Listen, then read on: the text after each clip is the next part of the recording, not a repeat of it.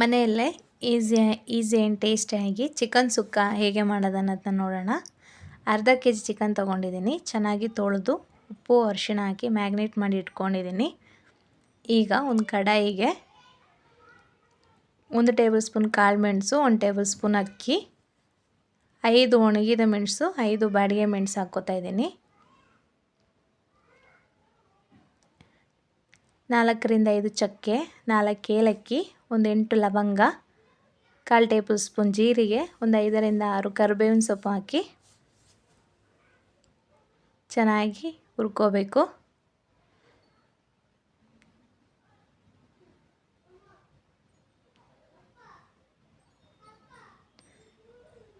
ಈಗ ಚೆನ್ನಾಗಿ ಫ್ರೈ ಆಗಿದೆ.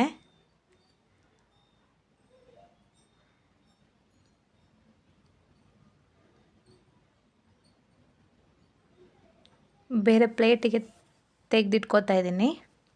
ಈಗ ಇದನ್ನ ಮಿಕ್ಸಿ ಮಾಡ್ಕೊಳ್ಳೋಣ. ಈಗ ಅದೇ ಕಡಾಯಿಗೆ 4 ರಿಂದ 5 ಟೇಬಲ್ ಸ್ಪೂನ್ ಎಣ್ಣೆ ಹಾಕ್ಕೋತಾ ಇದ್ದೀನಿ.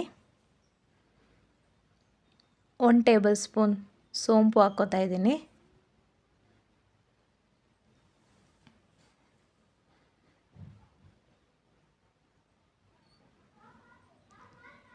ನಾಲ್ಕರಿಂದ 5 ಕರಿಬೇವು ಹಾಕ್ಕೋತಾ ಇದ್ದೀನಿ.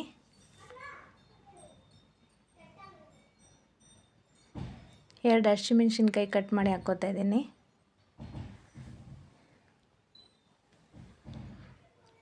ಒಂದು ಮೀಡಿಯಮ್ ಈರುಳ್ಳಿನ ಕಟ್ ಮಾಡಿ ಹಾಕ್ಕೋತಾ ಇದ್ದೀನಿ.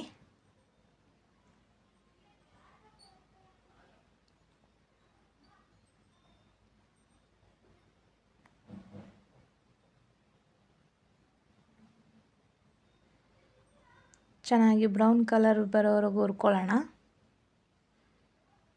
ಈಗ 1 ಟೇಬಲ್ ಸ್ಪೂನ್ ಶುಂಠಿ ಬೆಳ್ಳುಳ್ಳಿ ಪೇಸ್ಟ್ ಹಾಕ್ಕೋತಾ ಇದ್ದೀನಿ.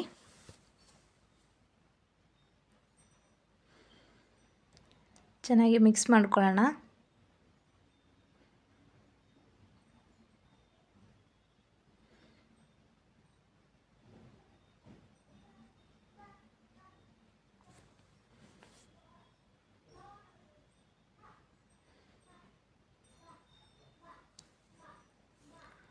ಒಂದು ಟೊಮೆಟೊನ ಸಣ್ಣದಾಗಿ ಹಚ್ಚಿ ಹಾಕೋತಾ ಇದ್ದೀನಿ.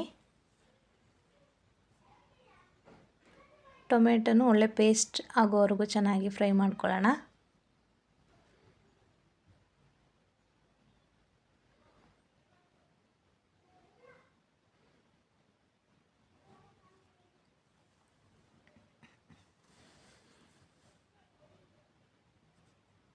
ಈಗ ಚೆನ್ನಾಗಿ ಫ್ರೈ ಆಗಿದೆ.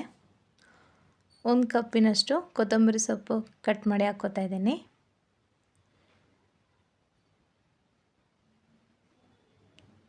ಒಂದು ಕಪ್ಪು ಪುದೀನ ಹಾಕ್ಕೋತಾ ಇದ್ದೀನಿ.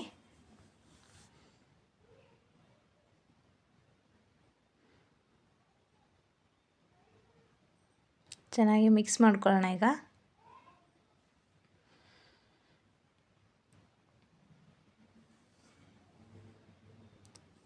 ಪೌಡ್ರ್ ಮಾಡಿ ಇಟ್ಕೊಂಡಿದ್ನಲ್ಲ ಅದನ್ನ ಹಾಕ್ಕೋತಾ ಇದ್ದೀನಿ.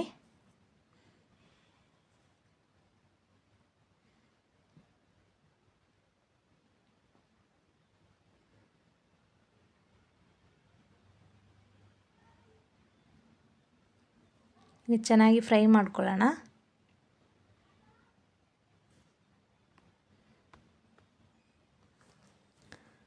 ಈಗ ಇಲ್ಲಿ ಮ್ಯಾಗ್ನೇಟ್ ಮಾಡಿರೋಂಥ ಚಿಕನ್ನ ಹಾಕ್ಕೋತಾ ಇದ್ದೀನಿ.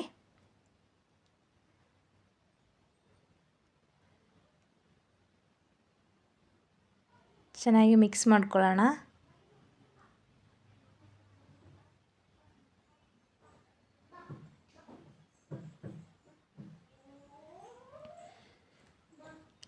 ರುಚಿಗೆ ತಕ್ಕಷ್ಟು ಉಪ್ಪು ಹಾಕ್ಕೋತಾ ಇದ್ದೀನಿ.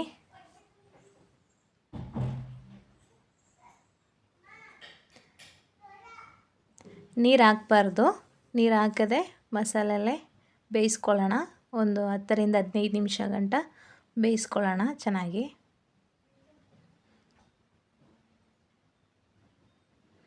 ಎರಡು ಟೇಬಲ್ ಸ್ಪೂನ್ ಸೋಯಾ ಸಾಸ್ ಹಾಕ್ಕೋತಾ ಇದ್ದೀನಿ.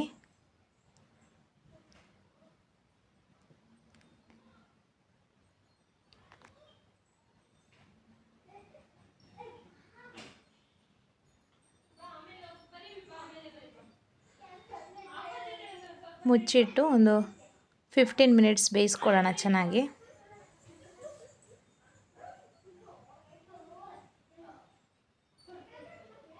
ಸ್ವಲ್ಪ ಮಿಕ್ಸ್ ಮಾಡೋಣ.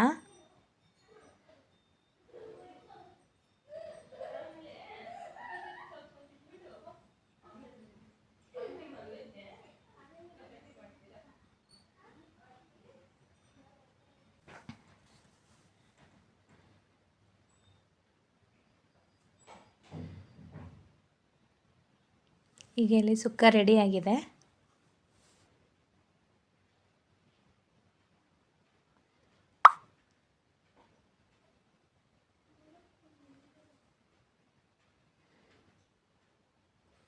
ನೀವು ಒಮ್ಮೆ ಮನೇಲಿ ಟ್ರೈ ಮಾಡಿ ನೋಡಿ ಹೇಗಿದೆ ಅನ್ನೋದನ್ನ ಕಮೆಂಟ್ ಮಾಡಿ.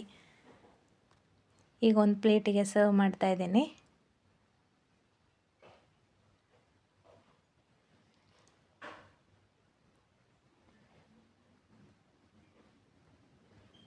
ಟೇಸ್ಟ್ ಅಂತೂ ಚೆನ್ನಾಗಿದೆ. ನೀವು ಒಂದು ಸಲ ಟ್ರೈ ಮಾಡಿ. Thank you.